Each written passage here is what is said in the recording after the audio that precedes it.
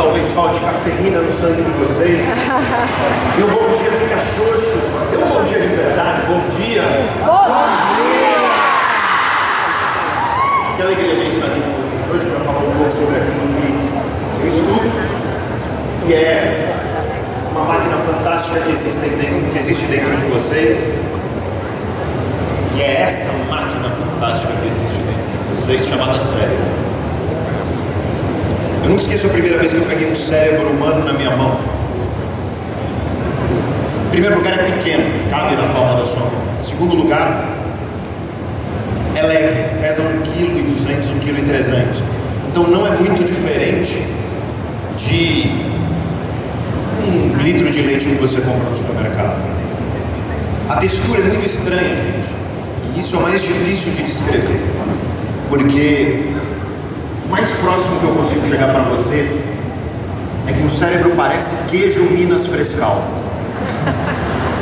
O gosto eu não sei e nem pretendo, mas é muito interessante você perceber que é graças a essa máquina chamada cérebro que você está aqui hoje e consegue me ouvir, me entender, que você está aqui hoje e consegue planejar este ano, que você está aqui hoje e você consegue sentir. O cérebro é o responsável por quem nós somos. E entender sobre o cérebro é entender sobre aquilo, portanto, que move a sua vida profissional, sua vida pessoal e, portanto, aquilo que vai ou não permitir que você conquiste os resultados profissionais e financeiros que você deseja. E é sobre ele que eu quero conversar com você ao longo deste nosso encontro aqui hoje. Eu quero mostrar para vocês as competências que efetivamente fazem diferença para os seus resultados profissionais e financeiros. E para você entender essas competências, eu quero que você imagine uma seguinte situação. Imagina que você está solteira, que você está solteiro e que você conhece alguém no aplicativo. E aí você marca um encontro com a pessoa. E aí você vai encontrar essa pessoa e quando você chega, a pessoa está fedendo. Mas assim, não é fedidinho não, é fedendo assim, sabe? Sovaco de bacalhau, né? A minha pergunta para você é: tem chance de um segundo encontro? Sim ou não? Não. Agora imagina diferente, você combina no aplicativo com a pessoa e ela aparece, só que ela não está fedendo.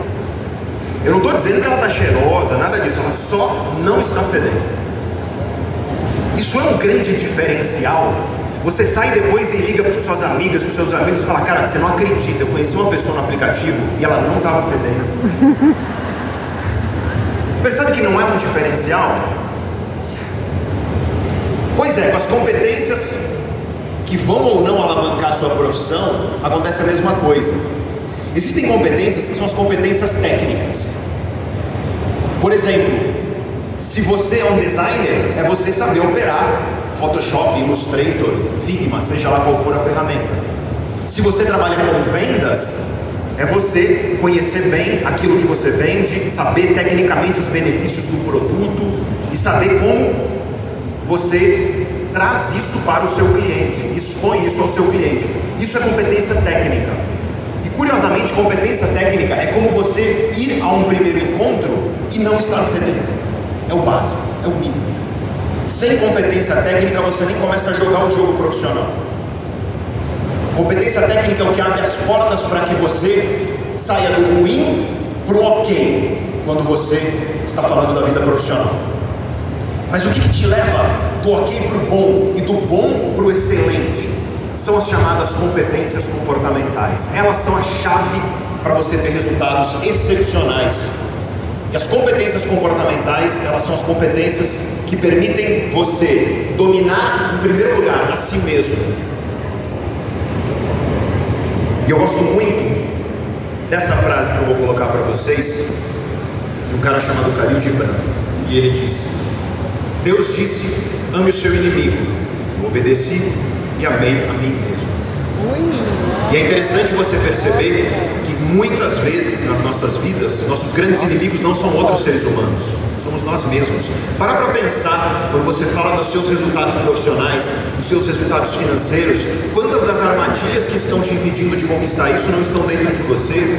A procrastinação que te impede de iniciar aquilo que você sabe que precisa ser feito, a procrastinação que vive como uma inquilina na sua vida, só que é um inquilino do avesso, né? Porque ele te cobra em vez de te pagar. A falta de foco, que é tão comum nos dias de hoje, que faz com que as pessoas não consigam se concentrar naquilo que precisa ser feito. Montanha-russa emocional, sabe, as emoções que vão do céu ao inferno várias vezes ao dia, te impedindo de ter a estabilidade necessária para você fazer o que é preciso e conquistar os resultados que você deseja. E esses são só alguns exemplos de armadilhas que estão onde? Fora de você? Não, dentro de você. E o primeiro passo para você desenvolver suas competências comportamentais é você desenvolver as competências comportamentais que permitem a você o domínio de si. Porque tem muita gente que vive no banco de passageiro da vida, meio que sendo tocada por emoções que não controla, por pensamentos que não controla, por comportamentos que não controla. Você precisa, em primeiro lugar, saber dominar a si mesmo, a si mesmo. Isso é fundamental. E para isso você precisa entender um pouco sobre como o cérebro funciona.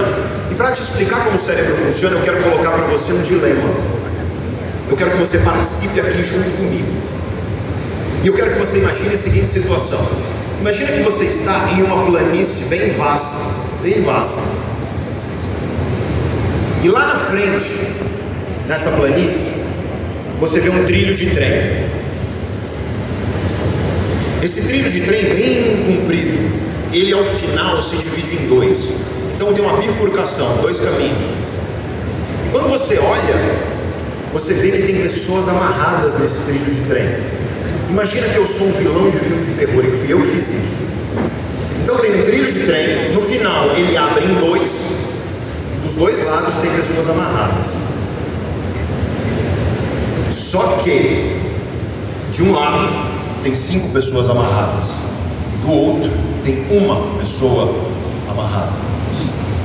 E aí quando você olha ao longe, você vê que vem um trem em altíssima velocidade, desgovernado, e que se nada for feito, esse trem vai passar em cima das pessoas. Só que o trem, ele está indo para o caminho que tem 5 pessoas. Então, se nada for feito, ele vai atropelar e matar essas 5 pessoas. Mas, do seu lado, tem uma alavanca. Está muito longe isso para você correr e tentar ajudar as pessoas. E o trem está vindo em alta velocidade. Não adianta você puxar o telefone e ligar para alguém, porque não vai dar tempo. Mas, do seu lado, tem uma alavanca. Se você puxar essa alavanca, o trem desvia de caminho. E em vez de ir para o caminho que tem 5 e matar os 5, o trem vai para o caminho que tem 1. Esse 1 vai morrer, mas com isso, você salva os 5. Eis então o seu dilema. Você não faz nada, o trem segue caminho e mata 5 pessoas. Ou você puxa a alavanca, salva as 5 e uma vai morrer. Mas as 5 se salvam nesse caso. Deu para entender esse dilema, sim ou não? Sim. Levanta a mão, por favor, para mim, quem puxa a alavanca. E levanta bem, porque vocês estão longe de mim, eu preciso enxergar. Eu quero que você olhe para o lado e veja que a vasta maioria de vocês, pelo que eu estou vendo aqui, 80, talvez 90% de vocês, tem mais de 3 mil pessoas aqui. Então essa é uma amostra com significância estatística. Só que um é o teu filho. Beleza. Agora eu vou mudar um pouco esse dilema. Imagina uma situação semelhante. Imagina que você está em cima de uma ponte. É isso. Imagina que essa ponte é meio como esse pau. Não tem uma grade de proteção. Embaixo dessa ponte passa um trilho de trem. Lá na frente eu amarrei 5 pessoas. Lá atrás vem vindo um trem desgovernado. Se nada for feito, o trem vai passar embaixo da ponte, seguir caminho e matar 5 pessoas. Mas do seu lado nessa ponte tem um cara bem na beiradinha. Ele é muito grande. Como ele está na beirada, olhando curioso o que está acontecendo, e você está do lado dele, se você der um empurrão nesse cara, no grandão, ele vai cair lá no trilho. E você não vai precisar fazer muita força, porque ele já está meio para fora. Uma mão só, você consegue empurrar o grandão e ele cai no trilho. Se ele cair no trilho, o trem vai passar em cima dele e ele vai morrer. Mas, com isso, o trem vai frear a tempo e salvar 5 pessoas. Eis, portanto, agora o no seu dilema. Ah, Você empurra o grandão morre, mas com isso você salva os 5. Ou você não faz nada e o trem sai em caminho e mata 5 pessoas. Deu para entender, sim ou não? Levanta a mão para mim quem empurra o grandão, por favor. Olhe para o lado e veja que dá para contar nos dedos. Pelo que eu estou vendo aqui, umas 10 pessoas levantaram a mão de mais de 3 mil. Olha que curioso. No dilema anterior, 80, 90% de vocês puxaram a alavanca. Nesse dilema, 80, 90% de vocês, mais até, não empurram o grandão. E a grande pergunta é, qual é a diferença entre um dilema e o outro? Qual é a diferença? Vamos pensar que eu tenho um computador, um algoritmo, um robô. E esse robô, ele tem uma regra. E a regra é, salve o máximo de vidas humanas possível. O que o robô faria nas duas situações? Ele puxaria a alavanca e ele empurraria o cara. Do ponto de vista racional, os dois dilemas são idênticos, porque os dois dilemas envolvem o seguinte: uma escolha sua vai causar a morte de uma pessoa para com isso salvar 5. Certo? Sim ou não? Mas, na hora de tomar essa decisão aqui comigo, você decidiu diferente. Por quê? E eu te digo por quê, porque nós temos estudos científicos de mapeamento cerebral, onde a gente bota uma pessoa em máquina de ressonância magnética funcional para olhar o que acontece no cérebro dela quando ela responde os dilemas. E sabe o que acontece? Acontece uma maior ativação desses dois circuitos cerebrais: córtex pré-frontal ventromedial e o córtex órbito-frontal. E aí, claro, isso aqui não é aula de anatomia, você não tem que saber esses nomes, mas o que esses circuitos cerebrais fazem? Entre muitas coisas, um dos papéis fundamentais desses circuitos cerebrais é colocar emoção nas suas decisões, carregar suas decisões de emoção. Sabe o que acontece? Quando você responde o dilema do grandão, ocorre uma maior ativação nesse circuito. Trocando em miúdos e dito de forma muito simples, no dilema do grandão, você tem mais emoção carregada nessa decisão. Isso muda a sua tomada de decisão. Foi por isso que a gente viu isso aqui com você agora. Eu sei que tem os céticos de vocês aqui. Os céticos, as céticas. Está falando, não foi por isso que eu decidi assim. Eu te provo rapidinho que foi por isso, foi por emoção. Vamos voltar para cima da ponte, beleza? O grandão tá lá, o trem tá vindo. Só que em vez de 5 estranhos, eu peguei a sua família, seu filho, seu marido, as pessoas que você ama e eu amarrei lá no trilho. Se você não fizer nada, o trem passa e vai matar todos eles. Ou você empurra o grandão morre e com isso você salva as pessoas que você ama. Levanta a mão quem empurra o grandão agora.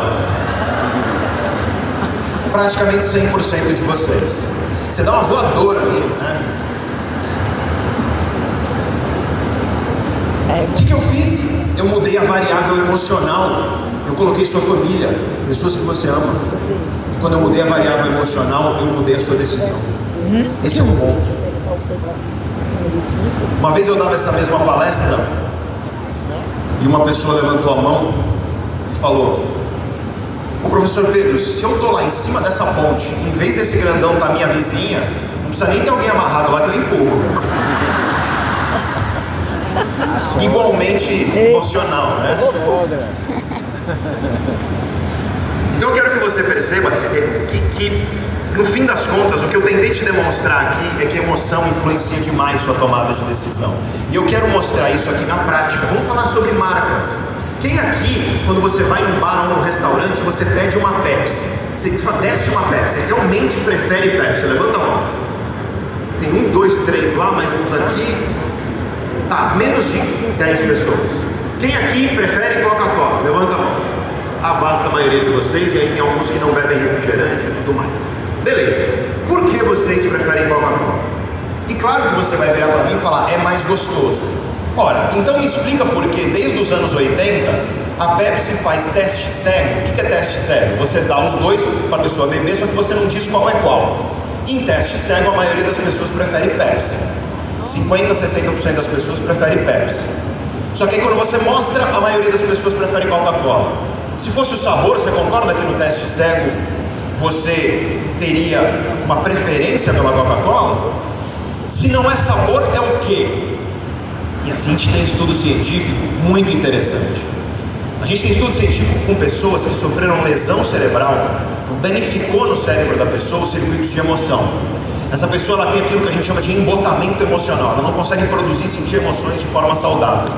Sabe como é que é a preferência de Coca e Pepsi em pessoas que não conseguem produzir emoção? Vendo a marca, 50% a 60% prefere Pepsi. É como se o teste cego estivesse acontecendo. Eu não sei se você entendeu. A pessoa que tem uma lesão cerebral, você tirou a emoção dela. E quando você tira a emoção dela, a preferência dela vira a mesma se ela não estivesse vendo a marca. Por quê? Porque marca é emoção. Construção de marca é emoção. Isso que vocês fazem pela marca de vocês é uma construção profundamente emocional. E quando você entende disso, você entende como construir marcas de valor. É você construir uma marca que produza emoções nas pessoas, que são as emoções que você deseja enquanto missão da sua marca. Vou te dar outro exemplo agora. Vocês têm cara de que gostam de tomar vinho, né? Deve ter algumas aqui, alguns aqui, que você pega a taça de vinho, aí você gira,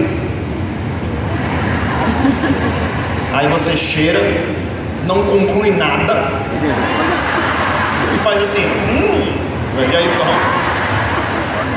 Sacanagem, né? Eu faço isso, confesso, eu faço isso. Beleza. Tem estudo científico há muito tempo. Esse estudo é muito interessante, gente. Mas há muito tempo a gente sabe que quando você faz teste cego de vinho, a maioria das pessoas não consegue identificar qual é qual. Mas tem um estudo sobre cérebro, e esse eu quero que você guarde para o resto da sua vida. Olha esse estudo que interessante. Os pesquisadores colocaram pessoas como você e eu dentro de uma máquina de ressonância magnética funcional para mapear os circuitos cerebrais enquanto eles estão funcionando. Botaram essas pessoas dentro da máquina bebendo vinho. E aí quando a pessoa saía da máquina, perguntavam para essa pessoa, numa escala de 0 a 10, quão bom foi esse vinho que você tomou? Só que o que o pesquisador não contava para essas pessoas é que metade delas tomavam o vinho e viam uma garrafa cara, tipo $90. A outra metade via uma garrafa barata, tipo $9. O vinho era o mesmo. Quem você acha que deu as notas maiores quando saiu da máquina? Claro que foi a pessoa que viu o vinho caro tomando o mesmo vinho. Só que esse não é o dado interessante. O dado interessante é quando os pesquisadores foram olhar para o cérebro da pessoa.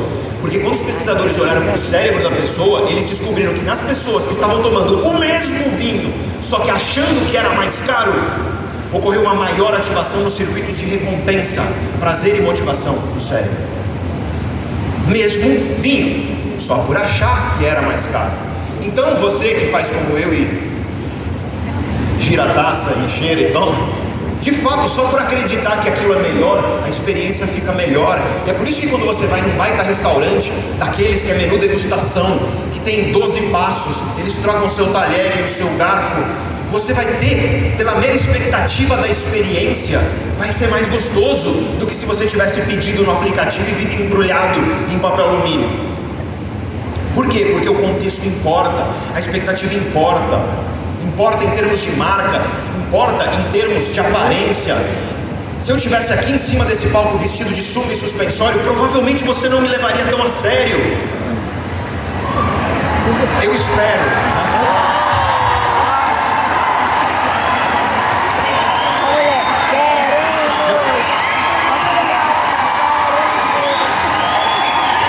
Isso não irá me convencer.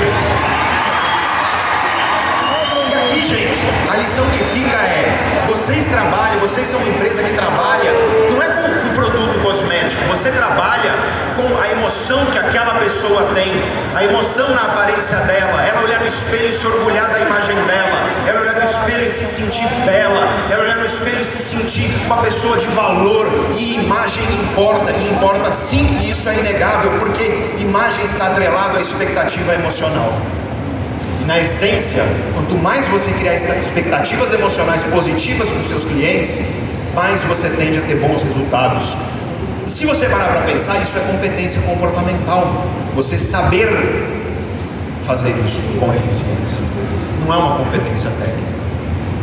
E você pode ter certeza que todos vocês aqui que tiveram excelentes resultados são pessoas que sabem fazer isso. Aprender a fazer isso é fundamental. Vai multiplicar seus resultados profissionais e financeiros. Se você quer prova mais disso, vamos falar de arte. Eu gosto muito de arte, eu me interesso muito por arte. O nome dessa obra de arte é 1000 Hours of Staring, do Tom Friedman. E significa, se você traduzir para o português, algo como 1000 horas olhando fixamente. Deixa eu te explicar essa obra de arte. O Tom Friedman, ele colocou uma folha de papel em branco na parede dele. E segundo ele, todos os dias ele olhava por alguns minutos. E aí ele fez isso até somar 1000 horas. Aí ele moldurou e vendeu. Você acha que vendeu barato? Não, milhares de dólares. E eu, curioso que sou, eu fui nos fóruns de arte para ver o que as pessoas falavam disso na internet. E tinha gente que falava assim: essa obra me move de uma forma que eu não sei explicar. Nem eu. Na verdade sei sim, porque aí eu te pergunto, o valor da obra está onde? Está na folha em branco? Não, está na expectativa emocional da pessoa que acredita que aquilo tem valor. E se você acha que isso é meio bizarro, então olha essa obra de arte aqui. O nome dessa obra de arte, perdoe-me aqui, mas é literalmente o nome dela, é A Merda do Artista. Esse é o Piero Manzoni, artista italiano, e o que ele fez foi, ele fez cocô em latas, ele defecou em latas. Coisa de 30 gramas de fezes por lata. Edição limitada, tá? Tinha umas 20 e poucas latas só. E aí ele vendeu cada lata pelo preço de grama de ouro da época. Vendeu todas e hoje são obras de museu que valem centenas de milhares de dólares. Agora a folha em branco já parece bem melhor, né? Porque isso aqui, assim, a folha em branco é uma folha em branco, isso aqui é cocô. Você paga para estar longe de você. E no entanto, isso vale hoje, pode procurar depois, isso vale hoje centenas de milhares de dólares. Onde está o valor dessa obra de arte? Está no cocô? Não. Está no contexto emocional da pessoa que admira essa obra ao ponto de acreditar que ela vale isso. E a minha obra de arte favorita é essa peça musical do John Cage. John Cage é um pianista. E ele, quando você vai ao show dele, essa música, 4 minutos e 33 segundos é o nome da música, ele senta, ele fecha a tampa do piano e ele fica 4 minutos e 33 segundos em silêncio.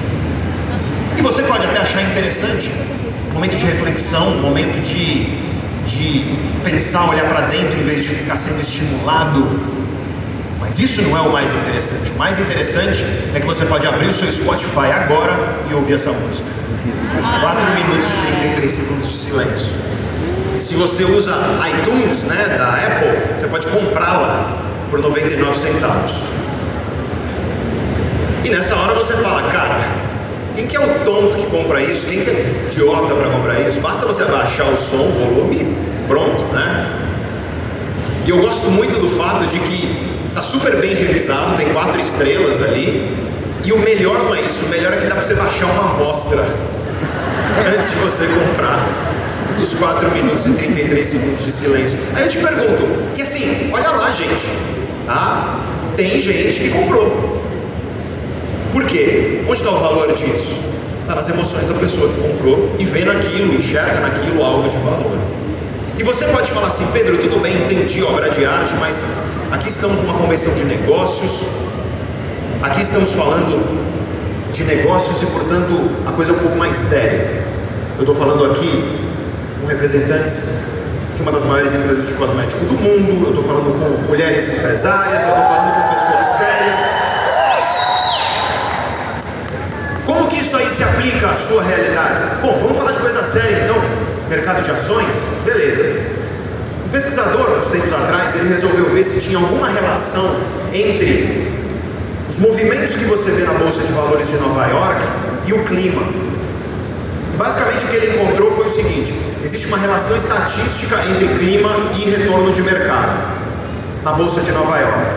Essencialmente, nos dias que a gente chama de dias tristes, sabe, dia frio, dia chuvoso, dia cinza, em Nova York, neve, nesses dias o retorno de mercado médio da Bolsa é menor do que em dias que a gente chama de dias felizes, dias ensolarados, céu azul. Aí, outros pesquisadores resolveram testar isso em 26 bolsas de valores do mundo afora, e eles descobriram a mesma coisa.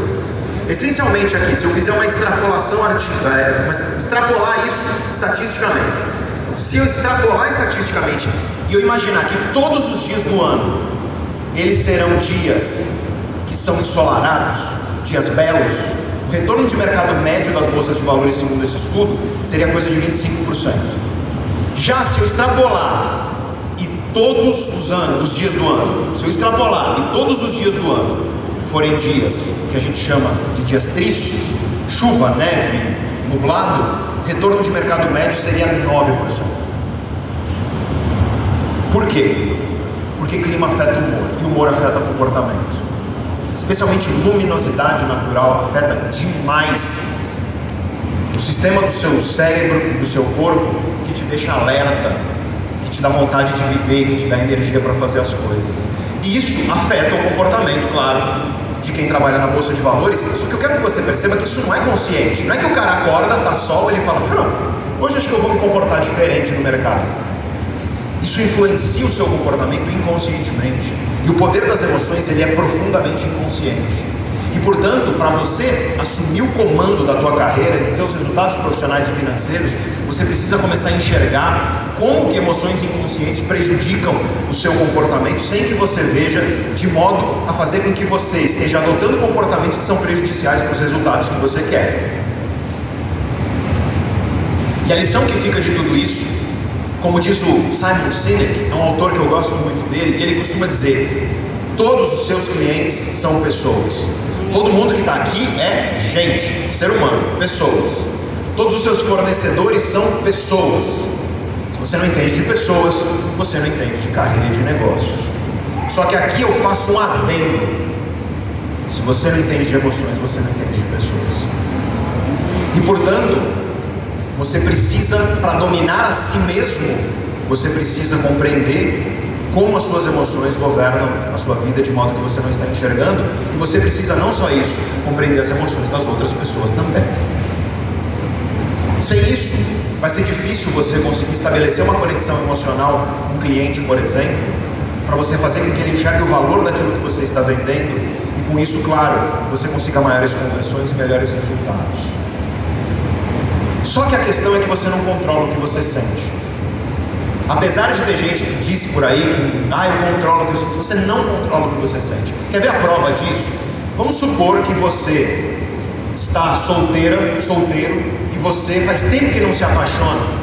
Se você controlasse o que você sente, conhecer uma pessoa bacana, que você fala: racionalmente essa pessoa é bacana, você faria assim: acho que eu vou me apaixonar.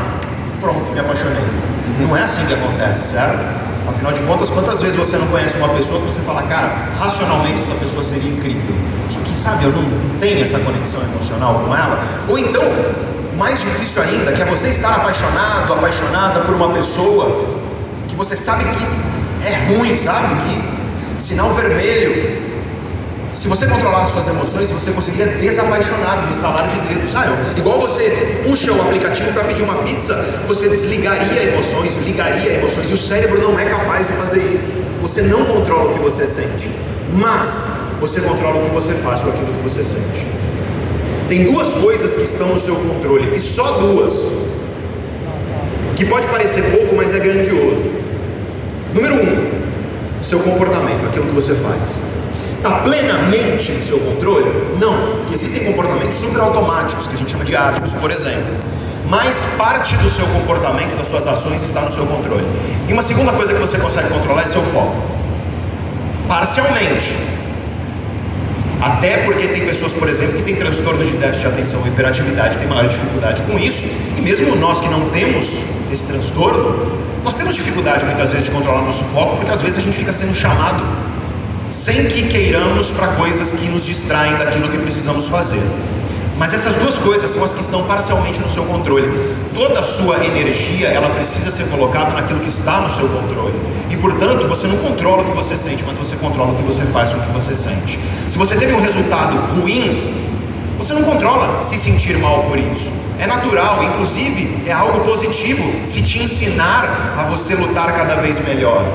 mas você controla o que você faz com o que você sente. Tem gente que tem um resultado ruim e a pessoa afunda, e ela fica desamparada, e ela para de acreditar em si mesma, e ela para de acreditar nas suas competências, ela perde a autoconfiança, porque ela para de confiar nas competências que ela tem para realizar as coisas. Isso tem um nome na ciência, que é desamparo aprendido. E você precisa desaprender esse desamparo. E sabe qual é a melhor maneira de você eliminar esse desamparo de dentro de você? É você conquistar resultado naquilo que está no seu controle. E eu não estou dizendo resultados grandiosos, milhões. 1 milhão pode chegar assim. Só que, sabe, é você fazer o que precisa ser feito, puxar o telefone, fazer aquela prospecção de cliente que você está adiando. É você ir para a academia que você está protelando, que você está adiando.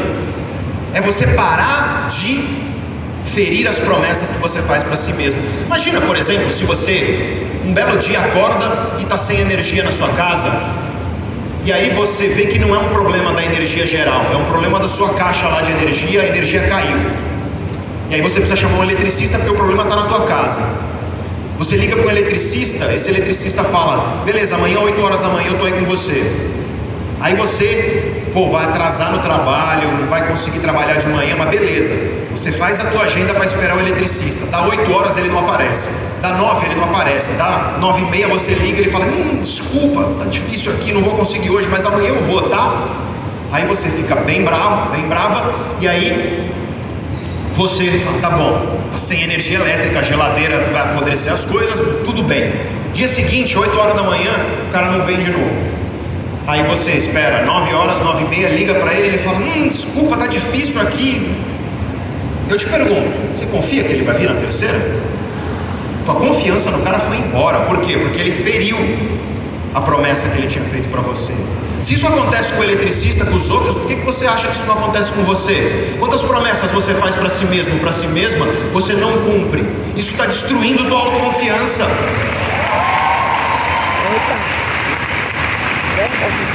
O primeiro passo para você ser uma pessoa autoconfiante é você parar de ferir as promessas que você faz para si mesmo, para si mesmo.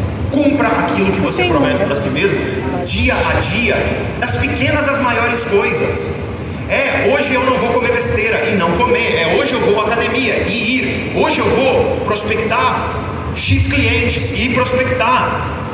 Hoje eu vou sentar e fazer aquela tarefa que eu sei que é chata do trabalho, que eu não gosto, mas eu vou fazer e fazer. E aí tua autoconfiança começa a vir, porque você está exercendo controle sobre aquilo que você controla, que é o que você faz, é onde você coloca o seu foco. Você não controla o que você sente, mas você controla o que você faz com o que você sente. E não existe mudança de vida se você não mudar seu comportamento e sua mentalidade. O que eu vejo aí é muita gente que fala: eu quero mudar. Só que na verdade o que essa pessoa está dizendo é o seguinte: eu quero continuar fazendo as exatas mesmas coisas, no conforto daquilo que é familiar, e obter resultados diferentes. Boa parte das pessoas que dizem eu quero mudar, está dizendo isso, está dizendo assim: tá, eu quero mudar, mas eu quero mudar, só que eu quero mudar continuando desse jeitinho que eu sou, sem ter que mudar nada, sem qualquer desconforto. E aí vem essa ideia de zona de conforto. Eu não gosto desse nome, por quê? Porque quando eu falo de zona de conforto, sempre aparece alguém e fala: Pedro, não tem conforto nenhum nessa zona que eu estou, está horrível aqui. Não é bem uma zona de conforto, é uma zona de acomodação, é a zona de familiaridade. Significa apenas que é mais desconfortável você sair daí do que você ficar, mesmo que aí esteja ruim. E você precisa aceitar que você tem que mudar seu comportamento e sua mentalidade se você quer resultados diferentes. Tem aquela frase que dizem que é do Einstein: a definição de loucura é você esperar resultados diferentes fazendo sempre as mesmas coisas. Não é do Einstein essa frase, mas ainda assim ela tem a sua sabedoria. E portanto, para de esperar. Tem gente que vive esperando. Tem gente que vive esperando um sinal do universo para você fazer aquilo que você prometeu para si mesmo. Toma cuidado. Eu nunca esqueço, em 2020, em plena pandemia, eu tinha brigado com a minha namorada. Eu estava passando por um momento muito difícil do ponto de vista profissional, porque afinal de contas eu trabalho indo às empresas e o presencial ele havia se encerrado momentaneamente. E aí eu estava esperando um sinal. O que eu faço? Sabe quando você fica meio perdido, você fica esperando um sinal? E aí eu nunca esqueço que eu estava passeando no meu celular, e apareceu esse anúncio para mim. Esse foi o sinal do mundo.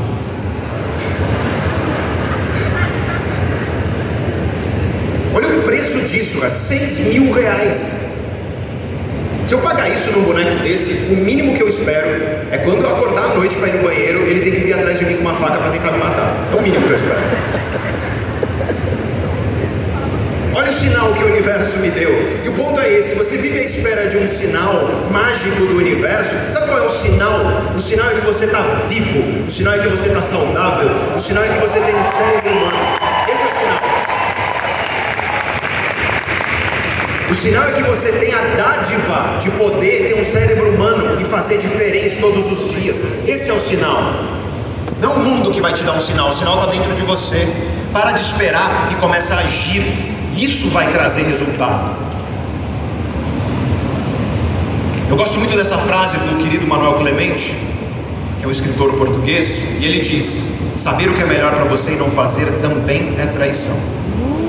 Ouso dizer, o pior tipo de traição, que é você traindo seu potencial, é você traindo tudo que você poderia realizar e não está realizando, é você traindo os resultados que você poderia conquistar, profissionais, financeiros, pessoais, e não está conquistando. E portanto, valorize toda a oportunidade que você tem de fazer aquilo que é melhor para você, porque essa escolha está nas suas mãos. O problema é que a gente vive uma certa ilusão de coisas que dizem pra gente por aí, e que às vezes a gente internaliza isso e aceita, e essas coisas estão erradas. Por exemplo, dizem pra você que se você quer mudar, você precisa de força de vontade. Se você quer mudar, você precisa de motivação. E eu quero deixar claro aqui pra você que o que a literatura científica nos mostra é que força de vontade e motivação, estrito sensu, não vão ajudar a sua vida a mudar. Por quê? É muito simples. Perceba o termo força de vontade. Você tira a força da sua vontade. Do que você tem vontade de verdade a maioria dos dias? Eu tenho vontade de comer sorvete de pistache. Que aquilo assim é quase criminoso. Quando eu compro um pote daquilo, chego em casa, eu pego uma colher, tiro a tampa e jogo a tampa fora. Que é um compromisso eu e o sorvete, entendeu? A gente vai até o fim. Vontade você tem de deitar, assistir uma boa série, um bom filme, tomar um vinho, comer uma coisa que é super gostosa. Você tem vontade de ir para a academia? Vontade. Conhece alguém que tem, sabe, tesão em ir para a academia? Desejo? Tem alguns aqui, eu estou vendo. Mas saiba, você é bizarro, tá? Mas é bizarro bom, tá? Eu admiro isso. Aí que a maioria de nós, a gente tem vontade do sofá. As nossas emoções, e esse é o ponto, as nossas emoções têm desejos perante coisas que trazem recompensa imediata.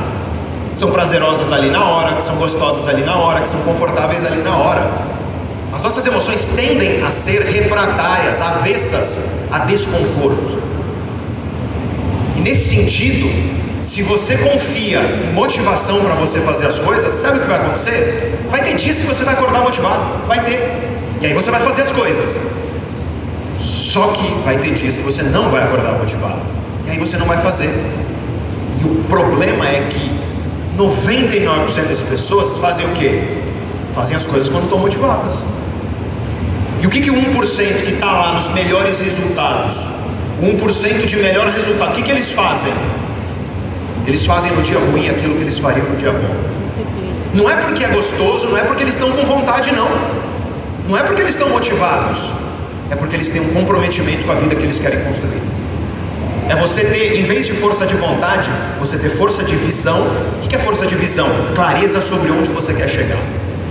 Em segundo lugar, força de compromisso. É comprometimento de todos os dias você dar passos curtos e firmes. Não importa se você não está com vontade, você vai. Por quê? Porque você sabe que é aquilo que precisa ser feito. Esse é o espírito que vai transformar a sua vida e, portanto, cuidado, porque motivação e força de vontade podem ser aquilo que está travando a sua vida. Por quê? Porque você coloca na conta da motivação e da força de vontade a mudança que você quer, o resultado profissional que você quer.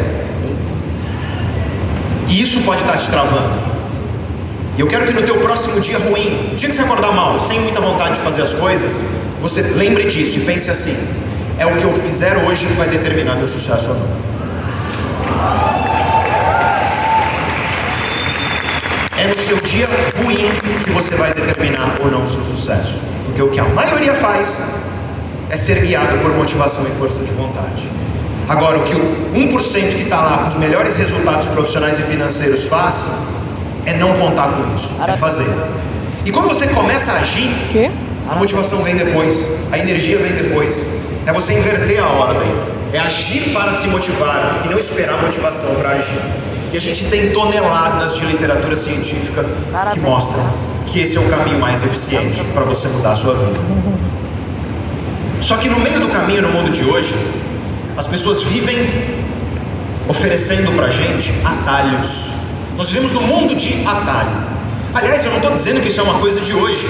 Isso é uma coisa desde muito tempo atrás. Desde a época das bancas de revista. E o que é um atalho? Um atalho é uma promessa de mudança fácil, rápida e sem desconforto. Isso é um atalho. Uma promessa de mudança em algo que é grande da tua vida, fácil, rápido e sem desconforto, sem desconforto. E portanto, o atalho é você acreditar que você vai mudar algo grandioso sem precisar ter paciência, ou seja, de maneira rápida, sem precisar ter dificuldade, de maneira fácil, e sem precisar encarar desconforto, e portanto de maneira confortável. E como eu disse, o mundo de hoje é o mundo dos atalhos, mas na época de banca de revista já existia atalho. Dá uma olhada na capa da revista. Primeiro, mais de 5.000 ideias de sexo.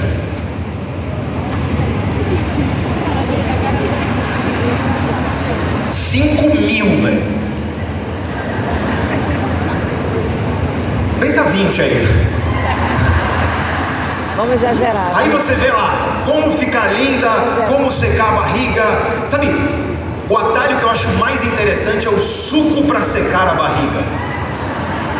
Você fica anos construindo essa barriga, e você acha que um suco vai reduzir?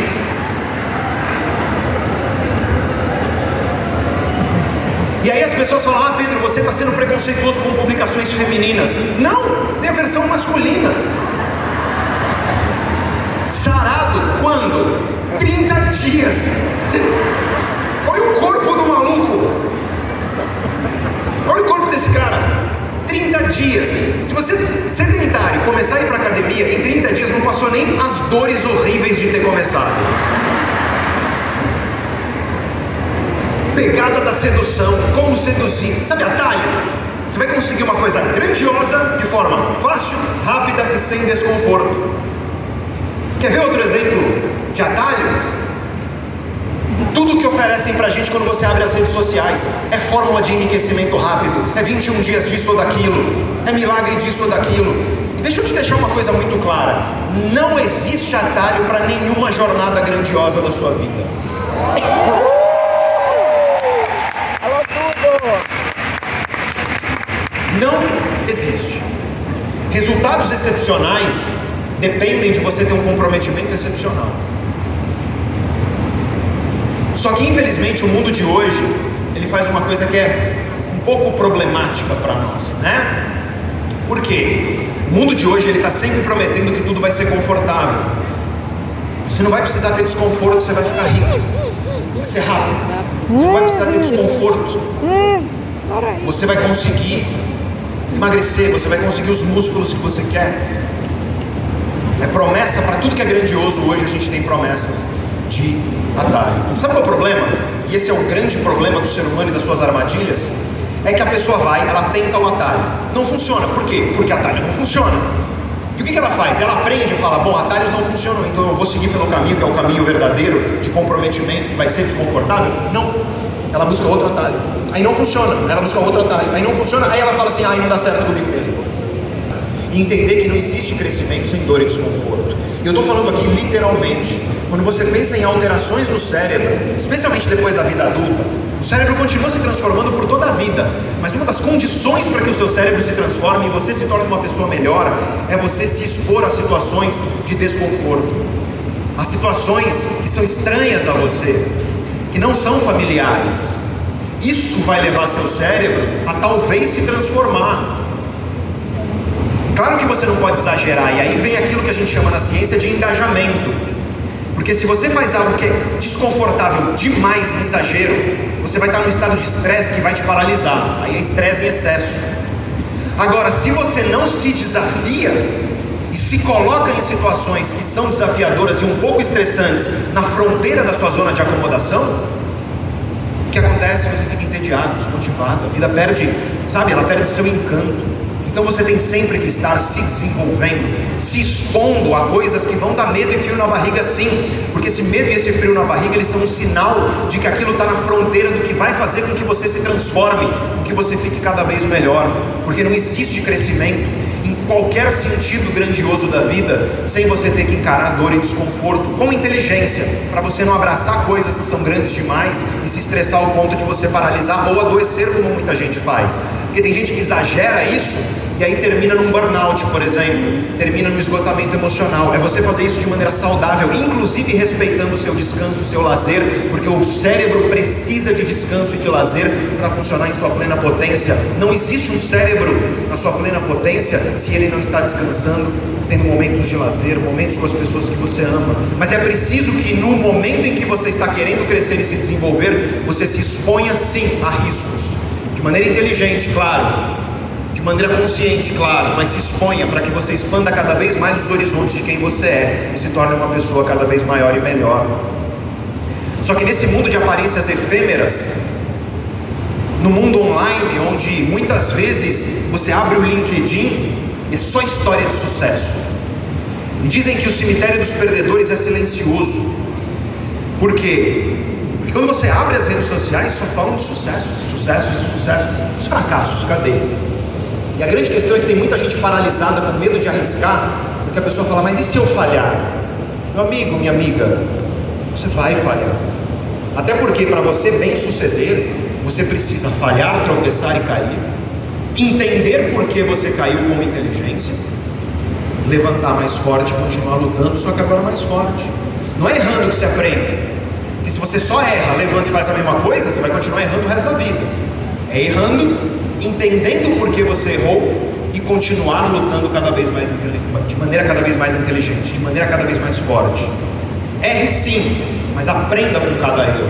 E se você tiver a perspectiva de vida, de em cada desafio profissional, em cada resultado que foi abaixo do esperado, em cada cliente que você não conseguiu fechar, você pensar, o que eu posso aprender com isso para no próximo eu ser melhor? Se você adotar essa simples mentalidade, seus resultados eles vão acelerar drasticamente. O problema é que as pessoas erram, elas têm um objetivo, elas não conseguem, elas se frustram e elas se fecham, elas encolhem. Se você tem uma mentalidade de sempre aprender, não existe fracasso. Por quê? Porque você está sempre se preparando para lutar cada vez mais forte. Fracasso é quando você desistiu e parou. Fracasso é quando você se deitou no chão e se recusou a levantar. Tome cuidado com as aparências que a internet coloca de que tudo é sucesso, tudo é maravilhoso. Ninguém posta nas redes sociais quando comeu um grão de bico meio podre e teve uma diarreia horrível durante 7 dias, né? Oi. Eu acho. As redes sociais, elas são um recorte. E tudo bem, você só precisa estar consciente disso. Você precisa estar consciente de que quando você abre o LinkedIn e só vê história de sucesso, você não está vendo as toneladas mais de histórias de tropeços, quedas, erros e problemas. É em cima das nossas falhas que nós construímos o nosso sucesso e os nossos acertos. Lembre-se sempre disso e guarde a perspectiva e a mentalidade de eu sempre vou aprender. Faz com que isso seja um mantra, um hábito. Errou, falhou, foi diferente do esperado. O que eu posso aprender com isso para continuar lutando cada vez melhor? E segue, e lute, e continue. Porque é assim que qualquer pessoa cresce, em qualquer área da vida, sobretudo na vida profissional e financeira, que é tão competitiva como nós sabemos que é, em um mundo que está mudando com tanta velocidade como o mundo atual. E para isso, claro, eu não estou dizendo que você tem que fazer nada disso sozinho. O cérebro é uma máquina encantadora. Você tem que tomar cuidado com ele, porque o seu cérebro, ele muitas vezes ele vai te enganar. Veja, por exemplo, o autocontrole. Sabe fazer as coisas difíceis que você sabe que precisa ser feito? Já percebeu que o teu autocontrole funciona diferente em cada hora do dia? Você acorda, está fazendo dieta, você acorda, tranquilo, faz a dieta, cumpre lá, come, vai no almoço, filé de frango, parece uma sola de sapato, coloca umas folhas, come, aí dá umas 3, 4 horas da tarde, parece que o demônio do chocolate invade o seu corpo. Demônio. Uma vontade absurda de comer alguma coisa que seja muito saborosa. Sabe por que isso acontece? Um dos grandes responsáveis do cérebro pelo nosso autocontrole é essa estrutura que fica aqui atrás da nossa testa, que a gente chama de córtex pré-frontal. E hoje a gente sabe que quanto mais você usa o seu autocontrole, menos você tem. Quando você está fazendo dieta, você precisa de autocontrole para isso. Só que não só para isso, você precisa de autocontrole para aguentar a tua família, o trânsito, para aguentar cliente, para aguentar problema no trabalho. Você está usando o teu autocontrole. Chega no final do dia, ele está esgotado. Sabe qual é a lição que fica aqui? Tem uma frase que atribuem ela ao Mark Twain, um grande escritor. E a frase é a seguinte: se você tiver que engolir um sapo, engole no começo do dia. Se você tiver que engolir 2, engole o maior primeiro. Começa o teu dia com aquilo que é mais difícil. É isso que eu estou te dizendo.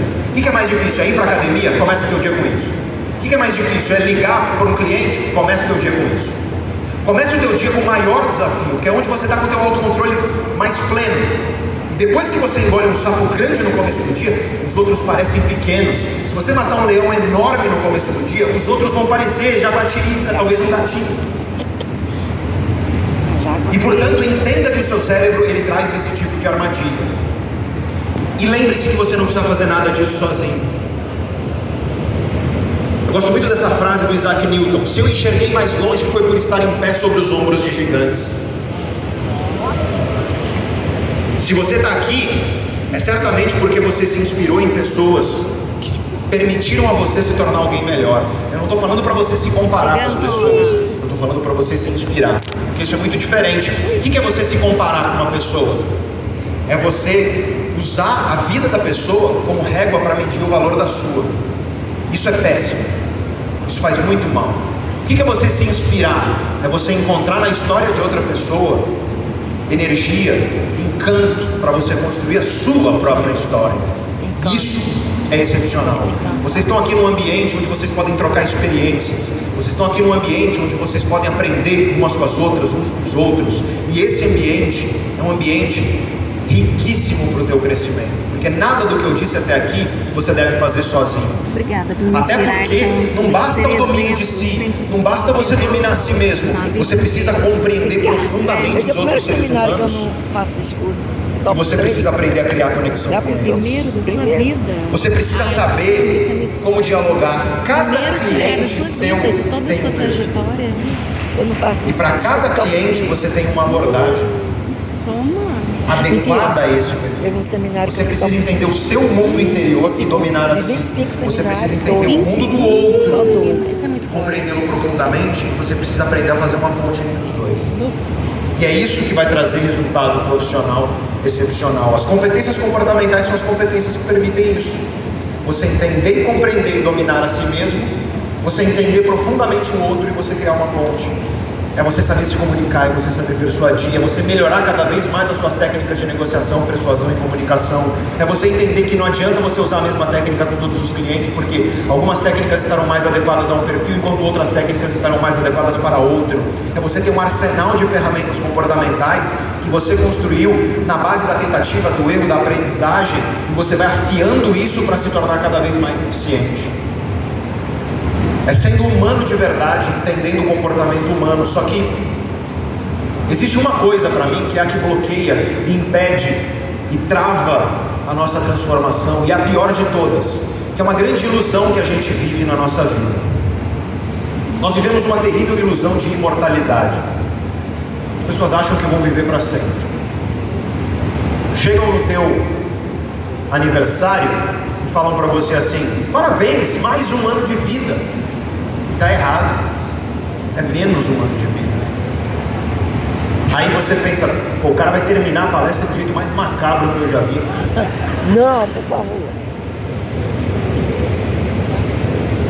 Tem um cemitério do interior de São Paulo, o nome dele é Nós Que Aqui Estamos Por Vós Esperamos. Você dá risada, mas aí eu te pergunto: É mentira? Não. Não, eles que lá estão esperando por nós. É a única certeza na vida que temos, que aqui estamos, em breve não estaremos. Dado isso, os filósofos de uma corrente filosófica, uma escola, um sistema filosófico chamado estoicismo, eles propunham um exercício que eles chamavam de memento mori. Lembre-se de que você é mortal. Lembre-se de que essa experiência que você tem aqui, um dia ela não será mais possível, ela se encerrará. Porque se eu falo para você que cada ano é um ano a menos,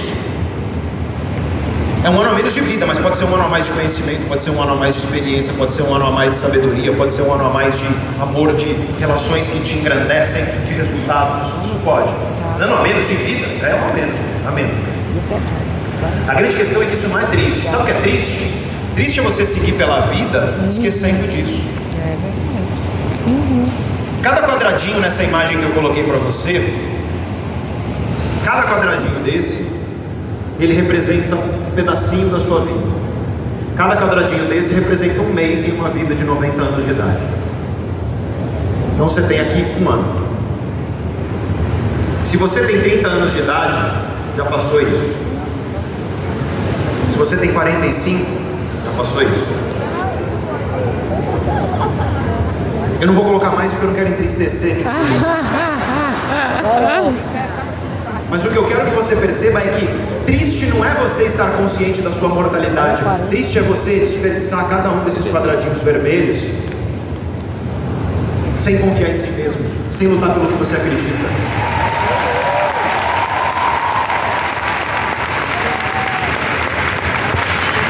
Triste é você desperdiçar cada quadradinho desse se interessando pela vida de pessoas que não fazem diferença na sua, enquanto você negligencia aquelas que são importantes. Triste é cada quadradinho desse em que você não aproveitou a dádiva que é você ter um cérebro humano. Triste é desperdiçar esses quadradinhos, porque quando você toma consciência de quão finita é a nossa vida, você começa a valorizar cada quadradinho desse com muito mais carinho. Eu acho que esse é o importante, porque eu te falo uma cena que a gente vê em hospital todo dia. Você vai lá na ala de neurologia, e aí tem um cara na sala de espera que costuma ter seus 40, 50 anos de idade, desesperado, preocupado, porque o pai dele teve um AVC, um acidente vascular cerebral, um derrame cerebral grave. E ele está horas esperando notícia do pai. Horas depois, um médico aparece, leva esse cara para uma salinha privada, senta com ele e fala: cara, eu sinto te informar, mas a gente fez tudo que a gente podia e não tem como salvar o caso do seu pai, né? Ele já teve morte encefálica e agora a gente tem que discutir o desligamento dos aparelhos.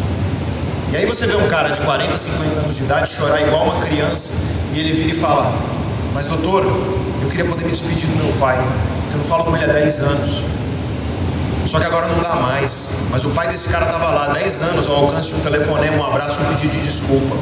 Só que a gente acha que vai viver para sempre. No fundo, acha que as oportunidades vão estar sempre na nossa mão. Acha que vai estar sempre ao alcance e mudar. Acha que semana que vem eu começo, deixo para depois de amanhã. E a gente vai postergando. Eu quero que você perceba que você pode adiar tudo menos a sua vida. É aquela pessoa que adia seus projetos profissionais, adia aquilo que vai trazer os resultados profissionais e financeiros que a pessoa deseja. É aquela pessoa que faz isso nas suas relações pessoais, que trata o esposo ou a esposa como um vaso de samambaia que vai estar sempre à disposição. E aí um belo dia a pessoa vai embora. Às vezes ela vai embora porque ela decidiu ir embora, porque não aguenta mais não ser valorizada. Às vezes ela vai embora porque a vida é assim, ela te arranca páginas e você não vai ser avisado antes quando isso acontecer. E aí quando a pessoa vai embora, o sujeito vira e fala: nossa, mas foi do nada. Não foi do nada. Foi o fato de você não regar, foi o fato de você não cultivar, foi o fato de você não cuidar, que aos pouquinhos destruiu até que a pessoa fosse embora.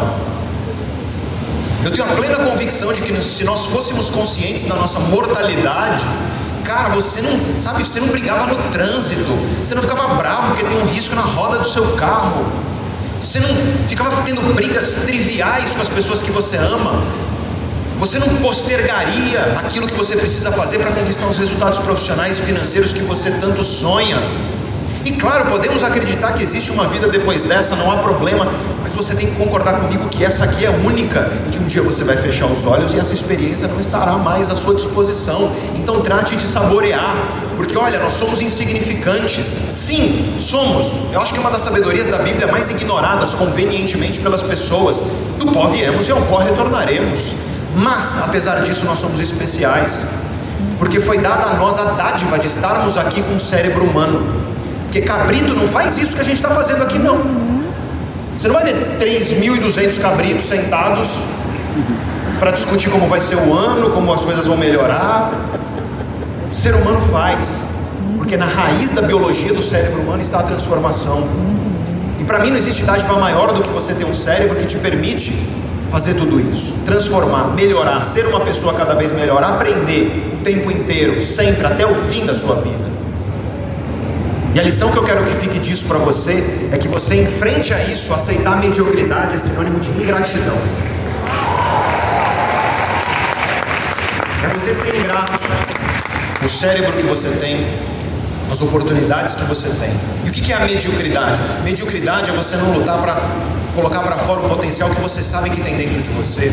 É você não lutar para encontrar esse potencial e regar isso como o jardim mais precioso da sua vida, porque é isso que ele é. Mediocridade é você aceitar que a sua vida seja tocada. O que eu estou propondo para você e o que eu fiz ao longo desse nosso momento juntos foi propor protagonismo. É você assumir o comando da sua vida, no controle daquilo que você tem controle. E a maioria das coisas não está no seu controle, e não tem problema, mas o que está no seu controle, você tem que deitar a tua cabeça no travesseiro com a serenidade de que hoje eu fiz o meu melhor, para que eu crescesse, para que eu conquistasse os meus resultados dentro do que estava no meu controle. Porque sim, somos insignificantes, mas somos especiais. E somos especiais porque foi dada a nós a dádiva de estarmos aqui em pé hoje com um cérebro humano, vivos, saudáveis. E se isso não é divino, eu não sei o que é. E portanto, que você saia deste nosso encontro 0,5% mudado, não no que você pretende fazer, não nas suas intenções, mas que você saia daqui 0,5% mudado no que você vai fazer, no que você vai agir e assumir o controle para você conquistar os resultados que você tanto sonha. Isso é ser humano na sua essência, é valorizar e saborear o privilégio e a oportunidade de usar esse cérebro que nós temos para melhorar cada vez mais. Jamais sozinhos, por isso estamos juntos aqui, mas que juntos a gente cresça cada vez mais. E que quando eu encontrar você no ano que vem, você conte para mim que graças a esse 0,5% todos os dias, ano que vem você é outro ser humano, maior, melhor, com melhores resultados, um ser humano que se orgulha de si mesmo e que no fim das contas é humano com H maiúsculo. Muito obrigado pelo seu tempo.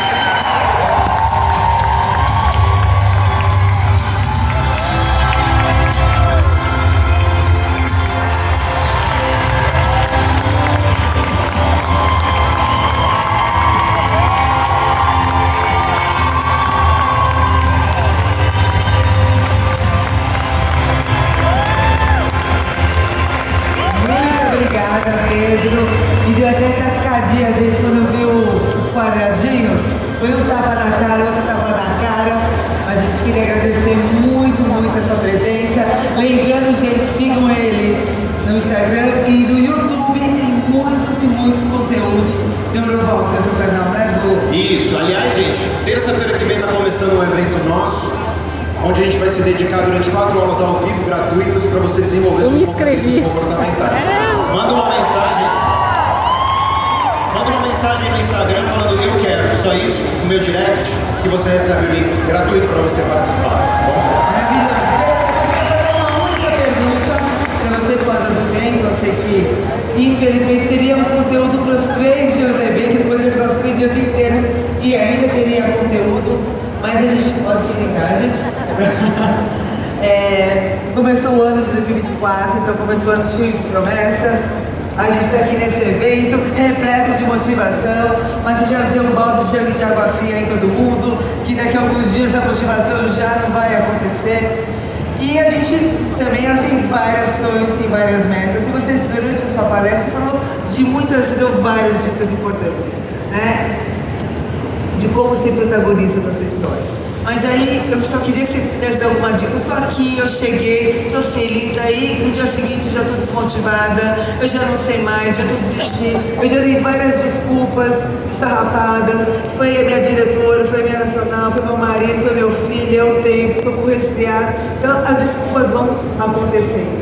Tem alguma coisa que a neurociência ou alguma dica que você possa dar? Eu quero muito uma coisa, mas não consigo, falta força de vontade. Tem alguma coisa que eu possa fazer assim, só vai?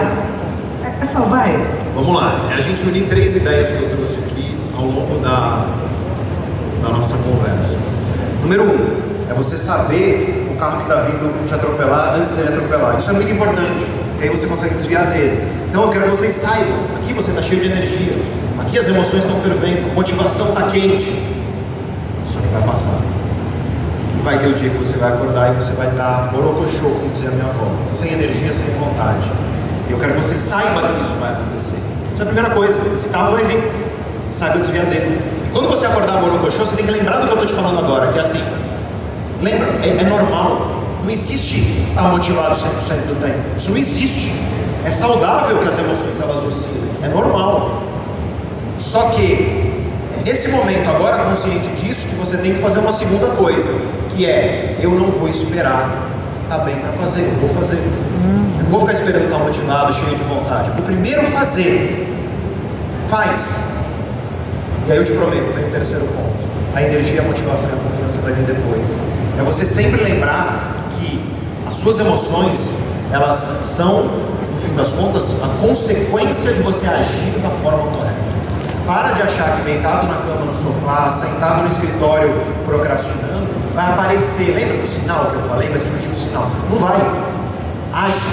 E quando você agir, continuar dando passos curtos e firmes, aí você vai começar a sentir energia. Aí você vai começar a sentir essa motivação vindo como consequência da sua ação.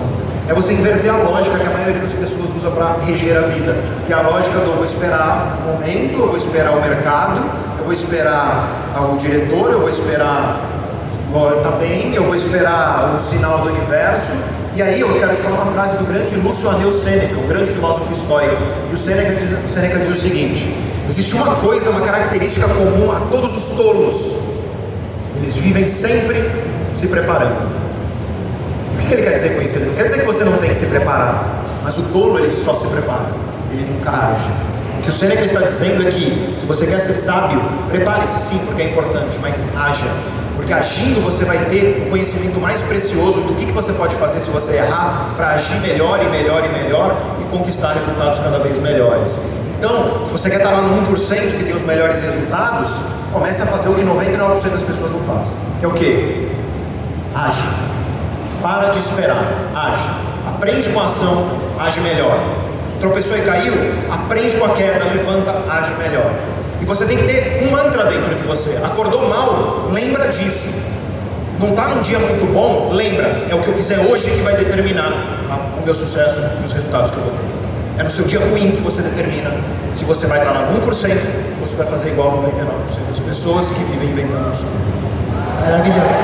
Muito obrigado. Vamos aplaudir mais uma vez o professor Ian Pedro Gabriel.